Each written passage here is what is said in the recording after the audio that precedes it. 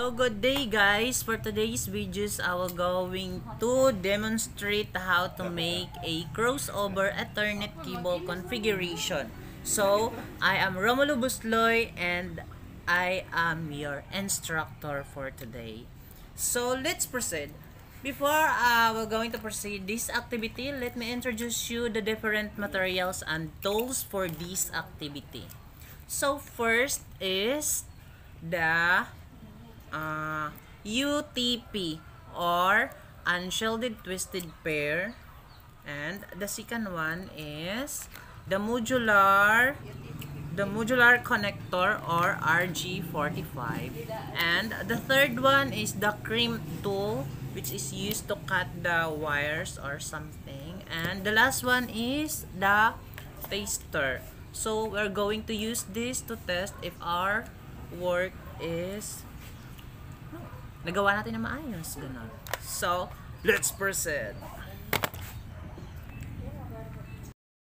So guys, what are you waiting for? This is the process of making a crossover Ethernet configuration. So first thing first, you need to measure the wire first before you are going to cut using this crimp. So, since wala tayong roller, so I need to initiate use my finger, something like that, finger, and like that, an inch only, an inch, 1 inch, so something like that. So I need to use a ball pen to mark where I'm going to cut later, like that, something like that. So nakamark na po tayo. We're going to cut this using the crimp tool. Like that. English mo po day. Tama na nga katas Imprunto na kung ilinya ron mga linyahan. So guys, it's hard to cut this one because the wire is smaller than the size for this, like this one, something like parang maluwag siya, so we need to use another side to cut. So just take it slowly to avoid cutting the wire inside, because the wire inside is the very important, because we are going to insert it into our RG45. So slowly cut the wire like this. Oh my god, it's really hard.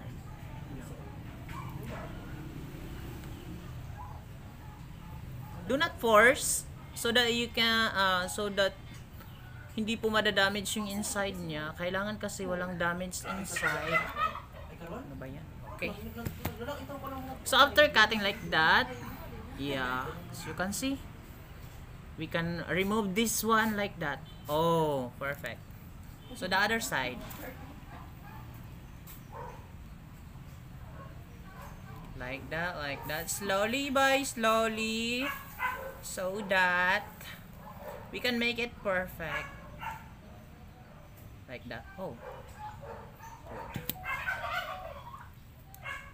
Okay, just like that, remove. Wow, perfect. So guys, after cutting the wires, it goes like this. Look closer. So inside of this, there are eight different color wires inside, the small wires inside. So in making a crossover Ethernet configuration, you need to follow the diagram, or just look for something like YouTube, or just look at the module that given by your instructor. So in making Ethernet crossover Ethernet configuration, you need to follow the diagram, which is the T568A and T568B. So we need to make a T568A first, which is the color is white, green, the green, and white, orange. Where's the white, orange here? The white, orange, and the white, orange, the blue,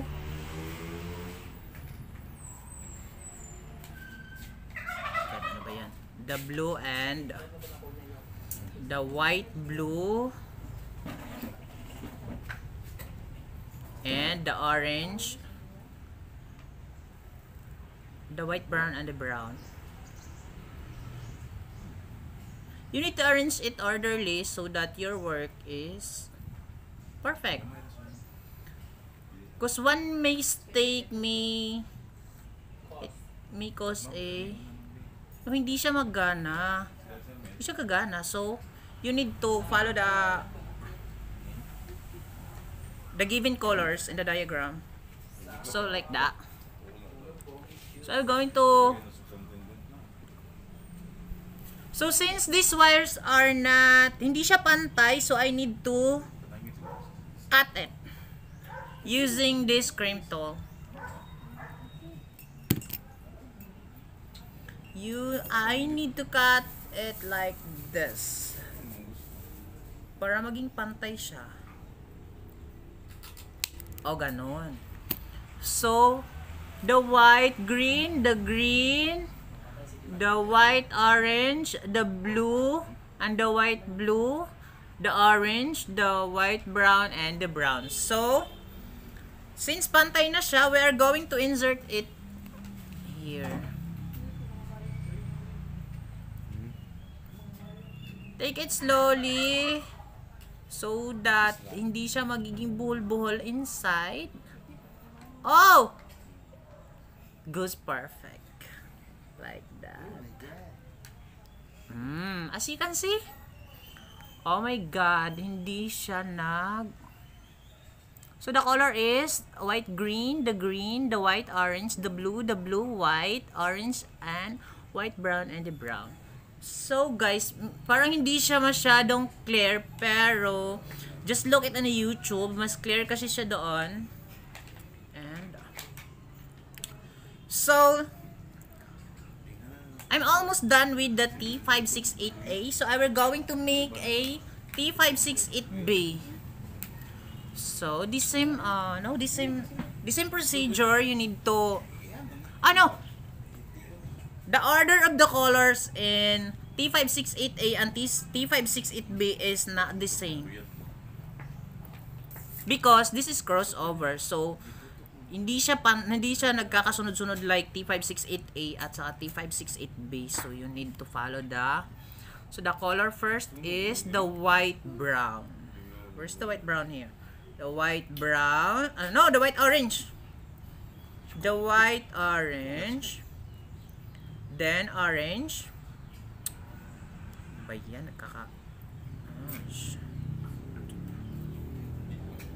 The white orange, the white green.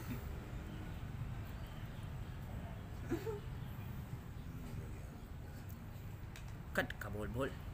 The white, green, the blue.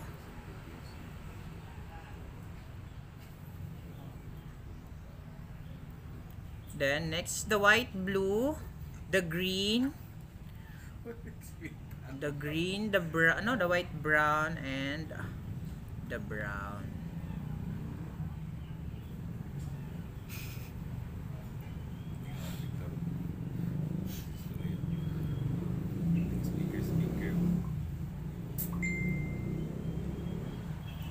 So guys, nahirapan talaga ako kasi nagkabuhol-buhol siya. And I need to make it pantay para pag-cut ko hindi siya, para pantay siya yung pagka-cut ko, pantay. So guys, nagkabuhol-buhol. Since nagkakabuhol-buhol siya, we're going to arrange it again. So the white orange, the white green, and the blue one,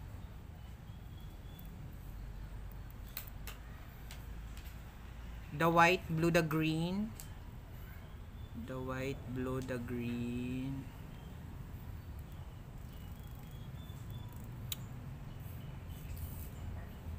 the white, brown, and the brown.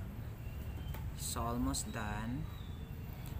So, since hindi siya pantay, we need to cut using the cream tool. Arrange it well. Something like that. Oh. Bakit buhol-buhol ka na naman?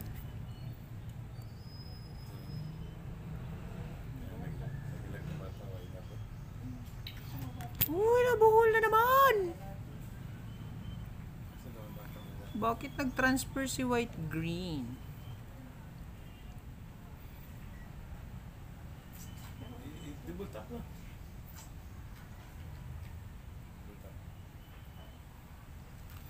So guys, in making this one, you need a lot of patience. You know what? Straighten your patience, guys, in making this one. Kasi nakakainis siya minsan kasi inaayos mo na tapos nabuhol ulit, ganon. So, you need a lot of patience in making this one. So, since pantay na siya, we need to cut the wires. Para pantay siya. Ganon.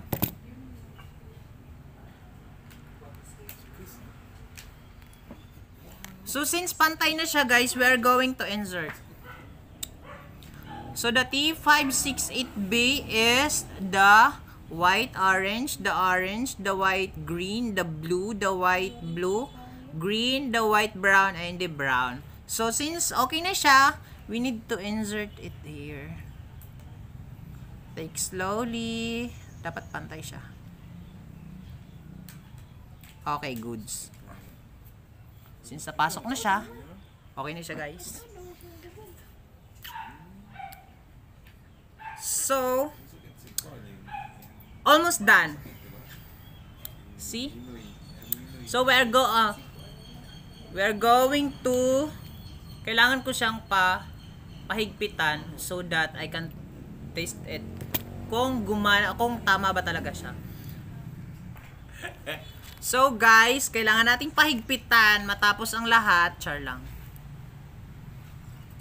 So we're going to insert it here like that and push a little bit to the other side.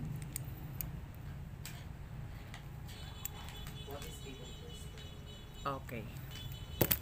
So since we are almost done, we are going to test if our work is perfect. Can I have? Thank you. So the taster here. We are going to use this to make it sure that our work is well. Paano ba to? Insert it here like that. Baktabing ni. Tingog kaya. Ha? Tingog ka papitian. Wala lagi siya nagpiti. So, we are going to turn it on so that we are going to notice if our work is good. Oh, as you can see, oh my god, it works. So I made it perfect. So I made it perfect. So that's all for today. So guys, why the use of this is to something like you're going to use this into your laptop by sharing files using this keyboard, or simply use this for the fastest internet connection. Use it to your Wi-Fi router and direct to your laptop so you can experience the better connection. O, diba? Yun lang. So, guys, thank you for watching. Hope you learn a lot. No? Not a lot. Pero kung hindi pa kayo satisfied sa explanation ko, you can visit a lot of uploads on YouTube. Bye-bye! Thank you for watching!